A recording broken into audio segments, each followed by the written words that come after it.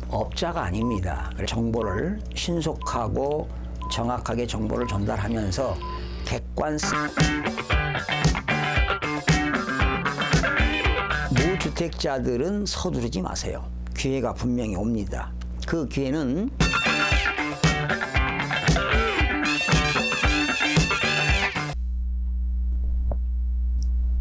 시청자 여러분 안녕하십니까? 반갑습니다. 김동수입니다.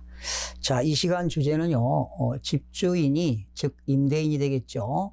보증금을 돌려주지 않았을 때 여러분들은, 임차인들은 어떻게 해야 할까요? 이런 주제로 여러분과 함께 하겠습니다.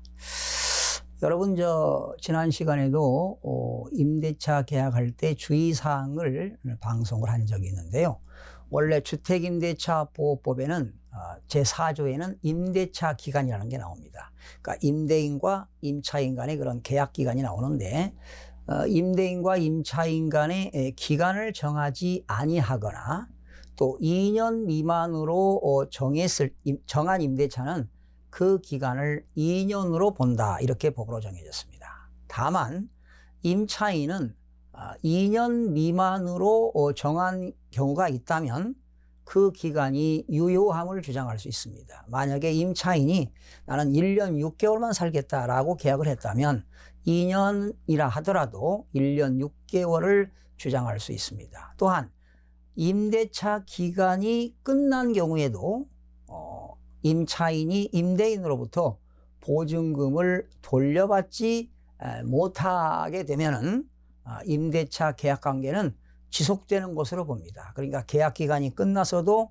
임차인은 임대인한테 보증금을 받고 나가야지, 받지 않고 나가면 점유를 상실하게 되는 겁니다. 그래서 만약에 이렇게 임대인들이 이 보증금을 돌려주지 않으면 어떻게 할까, 이런 건데요. 그런데 이제 혹시 그 임대차 계약을 했는데요. 임대인은 갱신 거절할 수 있거든요. 임차인에게 계약기간 만료 전 6개월부터 1개월 이내에 통지를 할 수 있습니다. 계약 갱신을 거절하겠다. 또한 임차인은 계약기간 만료 전 1개월 전에 임대인에게 통보를 해서 나 이제 이사 가겠다, 보증금 돌려달라고 할 수가 있습니다. 그러니까 임대인은 6개월 전부터 1개월 이내, 임차인은 1개월 전까지 임대인에게 통지를 해야 효력이 있습니다. 만약에 임대인과 임차인 간에 서로 계약 갱신 거절 통지를 안 했다면 전 계약과 동일하게 임대차 한 것으로 보게 됩니다. 그래서 이제 임대차 계약 기간이 만료되었는데 임대인이 보증금을 돌려주지 않습니다. 그런 경우는 어떻게 할 거냐? 이런 경우 있죠. 임대인이 새로운 세입자가 들어오면 그 보증금 뺏어나가라, 이런 집주인이 있는가 하면, 아니면 임차인 당신이 돈을 더 주고 내 집을 사가라, 이렇게 하는 임대인들이 있습니다.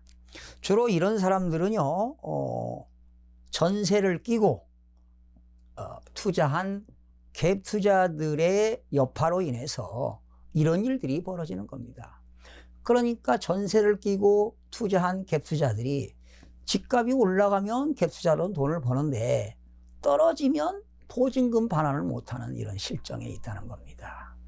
그래서 이런 갭 투자들 때문에 역전세가 나타날 수 있어요. 집값이 올라갈 때는 상관이 없는데 집값이 떨어지면, 역전세가 이루어지면 갭 투자들도 피해를 보고 거기에 갭 투자가 투자한 세입자들도 피해를 보는 경우가 많습니다. 그래서 앞으로 집값이 하락하게 되면 서울과 수도권 일부 지역에서 역전세난 조짐이 지금 현재 보이고 있는데요. 그래서 이제 갭 투자가 보유한 아파트나 주택 집값이 하락하면 결과적으로 세입자가 전세 보증금을 돌려받지 못하는 위험이 커진다는 겁니다. 바로 이게 깡통 전세로 전락할 가능성이 높아 보입니다. 그래서 계약 기간 한 달 전에 나가겠다 했는데 계약 기간이 2년이 딱 됐는데도 집주인이 보증금을 돌려주지 않으면 여러분들은 이사 가면 안 됩니다. 보증금 반환받을 때까지 임대차 계약 기간은 존속하는 것으로 보니까 이사 가면 안 돼요. 이사 가면 여러분들은 대항력을 상실하니까 반드시 그 집에서, 임대차 계약한 집에서 점유를 하고 사용하고 수익을 해야 됩니다. 그래서 만약에 집주인이 이렇게 보증금을 돌려주지 않는다면 여러분들은 임차권 등기 명령을 신청하는 겁니다. 임차권 등기 명령을 신청하면 되는데 어디에다 하느냐? 그 임차주택이 있는 소재지를 관할하는 지방법원 또는 지방법원의 지원이죠. 예를 들어서 의정부 지방법원의 고양지원이 있고요. 수원지방법원의 성남지원이 있어요. 그러니까 지방법원이나 지방법원의 지원이나 아니면 시군의 법원에 할 수 있습니다. 시군 법원에 임차권 등기 명령을 신청할 수가 있습니다. 그러니까 임차권 등기 명령은 아무 때나 하는 것이 아니라 임차권 등기 명령 신청은 계약 기간이 만료됐는데 보증금을 돌려받지 못했을 때 임차인이 하는 겁니다. 그래서 임대차 계약이 끝난 뒤에 임대차 보증금을 반환받지 못하는 경우에 바로 임차인에게 단독으로 임차권 등기를 신청할 수 있는 권리가 임차인에게 주어지는 겁니다. 그러면 여러분이 법원에다가 임차권 등기 명령을 신청하면 등기사항 전부 증명서, 즉 집주인, 소유자, 임대인의 등기부에 을구에 등기 목적은 주택임차권, 등기 원인은 임차권 등기 명령으로 해서 등기부의 을구에 딱 올라간다는 겁니다. 그러면 그렇게 등기부에 임차권 등기 명령이 올라가면 이사를 가도 돼요. 집을 비워도 대항력도 있고 우선 변제권이 그대로 유지가 된다는 사실입니다. 그래야 보증금을 지킬 수 있지, 만약에 여러분이 임차권 등기 명령도 하지 않고 이사를 가면은 점유권이 상실되지요. 그러면 대항력이 상실돼서 우선적으로 변제받을 권리가 사라진다는 겁니다. 그리고 여러분들이 등기를 하게 되면 아까도 등기 목적은 주택임차권, 등기 원인은 임차권 등기 명령 해서 이제 그 임차인의 점유일자, 전입일자, 확정일자, 보증금 얼마 이런 것들이 쭉 등기부 을구에 기재가 되는 겁니다. 이렇게 한 다음에 그래도 이제 보증금을 집주인이 안 주는 거잖아요. 이때는 여러분들이 대법원에 가서 전자소송으로 지급명령을 신청하면 됩니다. 보증금 지급하라. 판사가 지급명령을 떨어뜨립니다.